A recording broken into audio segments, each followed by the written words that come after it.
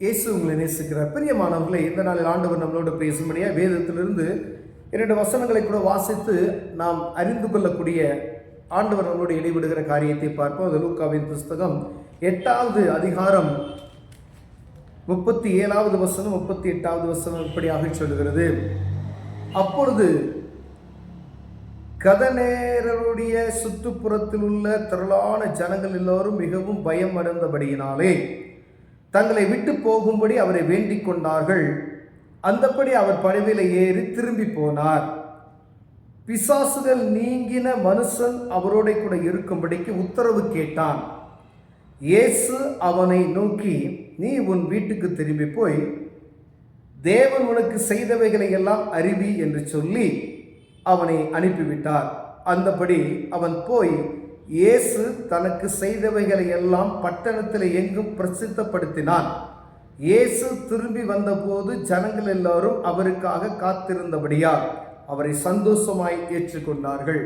பிரியமானவர்களே, இங்கு ஆண்டவராக இயேசு கதரேனுடைய அந்த தேசத்திற்கு போகும் பொழுது அங்கு ஒரு மனிதன் பிசாசு பிடித்து சங்கிலியினால் கட்டப்பட்ட அநேக முறை இதை நாம் கேட்டு இருக்கிறோம். ஒரு மனுஷன் கல்லறை தோட்டத்தில் உட்கார்ந்து இருப்பான், எல்லாரையும் தாக்குவான், அவனை தானே தாக்கி கொண்டு இருப்பான், சங்கிலி ஒருவனால் அவனை கட்ட முடியாது. அப்படிப்பட்ட ஒரு மனிதனை வேதத்தில் குறிப்பிடப்பட்டிருக்கிறது நாம் பார்த்திருக்கிறோம். அப்படிப்பட்ட ஒரு ஆவி நிறைந்த ஒரு மனிதனை அந்த பட்டணத்திற்கு உள்ளே நுழையும் பொழுது ஆண்டவராக இயேசு கிறிஸ்து பார்க்கிறார். அவனுக்குள்ள இருக்கிற அந்த அசுத்த ஆவியை வெளியே போன்னு சொன்னது, அது போகிறது. அது பன்றி கூட்டத்துக்குள் போனது, கடலில் மாண்டது, அதெல்லாம் நமக்கு தெரியும். ஆனால் ஆண்டவர் இந்த இடத்துல நமக்கு கற்றுக் கொடுக்கிற ஒரு சில வார்த்தைகளை கேட்டு ஆண்டவர் நமக்கு செய்த நன்மைகளை எப்படி நாம் பிரசித்தப்படுத்தி இருக்கிறோம் என்பதை பார்க்கும்படி ஆண்டவர் நம்மளோடு உங்களோடு என்னோடு பேசுகிறார். பிரியமானவர்களே, அந்த பட்டணத்துக்கு ஆண்டவர் கடந்து சென்றார். யாராலும் சுகப்படுத்த முடியாத பல வருடங்களாய் அவன் கல்லறை தோட்டத்திலே அங்கு வருகிற மனிதர்களை காயப்படுத்துவான், அவனும் காயப்படுத்திக் கொள்வான். சங்கிலிகளினாலும் ஒருவனும் அவனை கட்டக்கூடாதபடிக்கு கொடித மிருகம் போல இருந்த ஒரு மனிதன். அவனை ஆண்டவர் அவனுக்குள்ள இருந்த அந்த சத்துருவை விரட்டி விட்டார். அப்ப ஆண்டவர் கேட்கிறார், உன்னுடைய பேர் என்ன என்று கேட்கும் பொழுது அவன் என்ன சொல்கிறார்? லேகியோன் என்று சொல்லுகிற அந்த காரியத்தை நாம் பார்க்க முடிகிறது. அவனுக்குள் இருந்த ஆவிகள் அநேகமாய் இருந்தபடியினாலே அப்படி சொன்னான் என்று வேதம் சொல்லுகிறது. பிரியமானவர்களே, அந்த பட்டணத்து மனிதர் ஒருவனும் அவனை அங்கீகரிக்க முடியாத சூழ்நிலையில ஊருக்கு புறமாக அவனை வைக்கப்பட்டிருந்ததை நாம் அறிந்திருக்க முடிகிறது.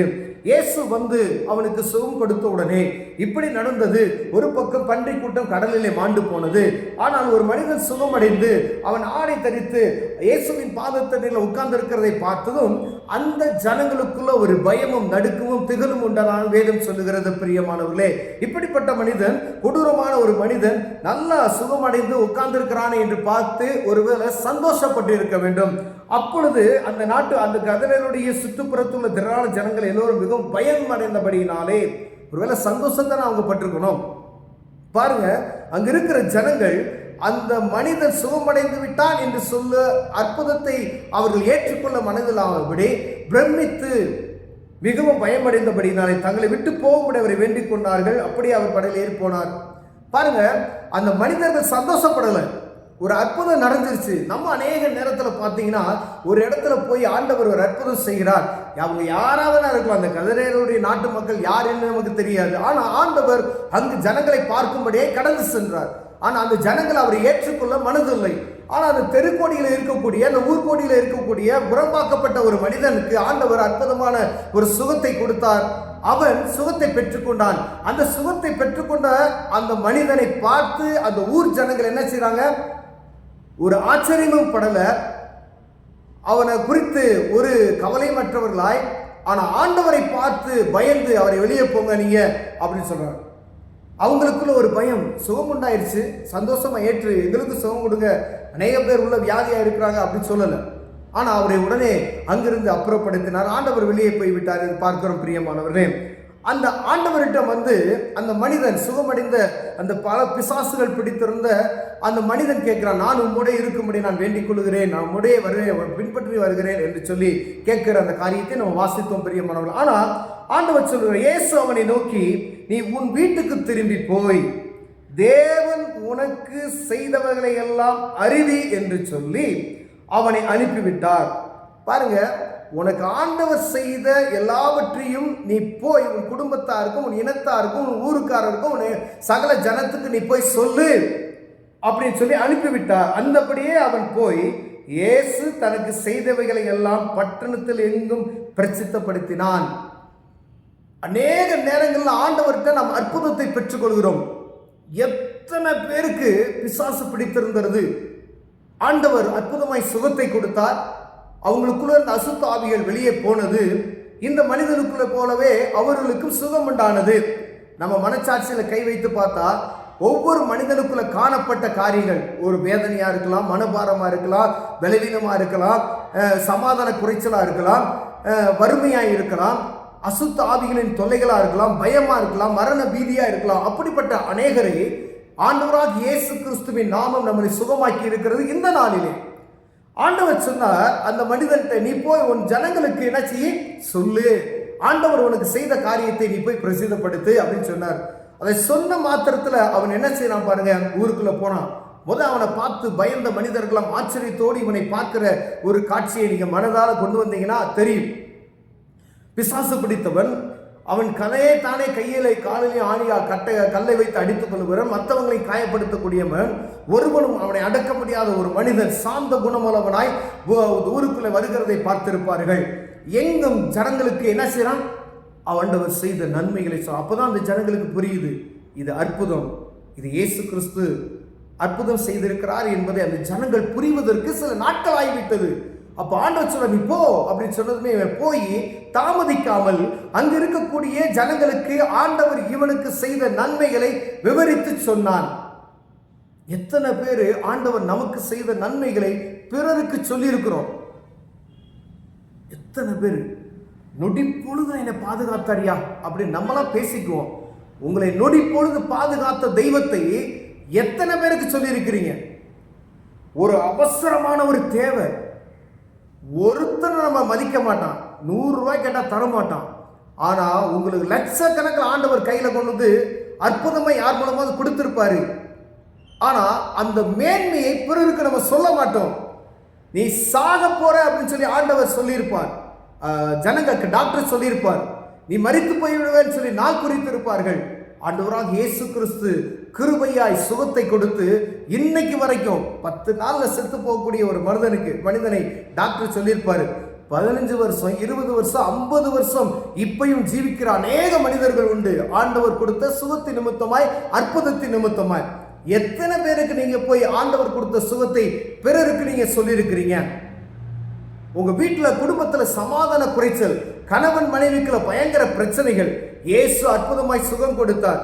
அப்பா, அன்பு சகோதரனை சகோதரி, எத்தனை பேருக்கு ஆண்டவர் உங்க குடும்பத்தில் கொடுத்த சமாதானத்தை குறித்து சமாதானம் இல்லாத ஜனங்களுக்கு நீங்க சொல்லி இருக்கிறீங்க? ஆண்டவர் உங்களோடு என்னோடு பேசுகிறார். பிரியமானவரே, ஆண்டவர் சொல், நீ போ அங்க போய் ஜனங்களுக்கு சொல்லு, ஆண்டவர் அவனுக்கு செய்த கிரிகளை சொல்லு. நம்மளை ஏற்றுக்கொள்ள மாட்டோம். இயேசு கிறிஸ்து வானத்தையும் பூமியும் படைத்த சர்வ வல்லமையுள்ள தேவன் என்பதை நீங்களும் நானும் வேதத்தை அறிந்து படித்தது நிமித்தமாய், அற்புதங்களை பெற்றுக்கொண்டது நிமித்தமாய் அறிந்து கொண்டிருக்கிறோம். அவர்களுக்கு அறியல, அவங்களுக்கு தெரியல, அவங்களுக்கு புரியல.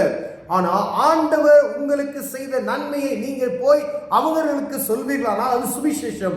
இயேசு எனக்கு இந்த சுகம் கொடுத்தார், இயேசு எனக்கு இந்த அற்புதம் செய்தார், இயேசு என் குடும்பத்தை பாதுகாத்தார், இயேசு இவ்வளவு மகிமையான ஆண்டவர் அற்புத சுகத்தை கொடுக்க முடியும். பிரியமானவர்களே, ஒருவேளை நம்ம எத்தனை பேர் இந்த செய்தியை மற்றவர்களுக்கு அறிவித்திருக்கிறோம் என்று பார்க்கும்படியே ஆண்டவர் உங்களோடு என்னோடு பேசுகிறார்.